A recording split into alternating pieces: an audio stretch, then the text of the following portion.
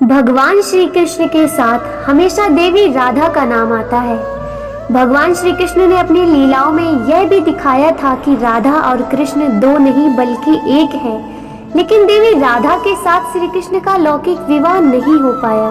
देवी राधा के बाद भगवान श्री कृष्ण की प्रिय देवी रुक्मिणी हुई। देवी रुक्मिणी और श्री कृष्ण के बीच कैसे हुआ प्रेम, इसकी बड़ी ही अनोखी कहानी है और इस कहानी से एक नई परंपरा की शुरुआत भी हुई।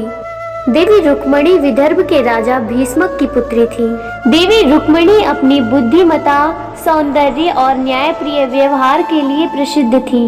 रुक्मिणी जी का पूरा बचपन श्री कृष्ण की वीरता और साहस की कहानियां सुनते हुए ही बीता था। जब विवाह की उम्र हुई तो इनके लिए कई रिश्ते आए, लेकिन इन्होंने सभी को मना कर दिया। एक बार एक पुरोहित जी द्वारिका से भ्रमण करते हुए विदर्भ आए। विदर्भ में उन्होंने श्री कृष्ण के रूप, गुण और व्यवहार के अद्भुत वर्णन किए। पुरोहित जी अपने साथ श्री कृष्ण की एक तस्वीर भी लाए थे। देवी रुक्मिणी कृष्ण की तस्वीर को देखकर भाव विभोर हो गई और मन ही मन कृष्ण को अपना पति मान लिया। लेकिन इनके विवाह में एक कठिनाई यह थी कि इनके पिता और भाई का संबंध शिशुपाल, कंस और जरासंध से था। इस कारण वे श्री कृष्ण से रुक्मिणी जी का विवाह नहीं करवाना चाहते थे। राजनीतिक संबंधों को ध्यान में रखते हुए जब रुक्मिणी का विवाह शिशुपाल से तय कर दिया गया तो रुक्मिणी जी ने प्रेम पत्र लिखकर ब्रह्मांड कन्या सुनंदा के हाथों श्री कृष्ण के पास भेज दिया। श्री कृष्ण ने भी रुक्मिणी के बारे में काफी सुन रखा था।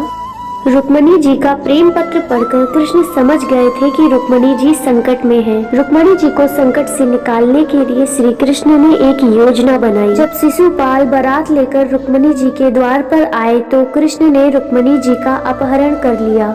रुक्मिणी जी के अपहरण के बाद श्री कृष्ण ने अपना शंख बजाया। इसे सुनकर रुक्मी और शिशुपाल हैरान रह गए कि श्री कृष्ण यहाँ कैसे आ गए। इसी बीच उन्हें सूचना मिली कि श्री कृष्ण ने रुक्मिणी जी का अपहरण कर लिया है। क्रोधित होकर रुक्मी श्री कृष्ण का वध करने के लिए उनसे युद्ध करने निकल पड़ा। रुक्मी और श्री कृष्ण का युद्ध हुआ, जिसमें श्री कृष्ण विजयी हुए और रुक्मिणी को लेकर द्वारिका आ गए। द्वारिका में रुक्मिणी जी और श्री कृष्ण जी के विवाह की भव्य तैयारी हुई और विवाह संपन्न हुआ।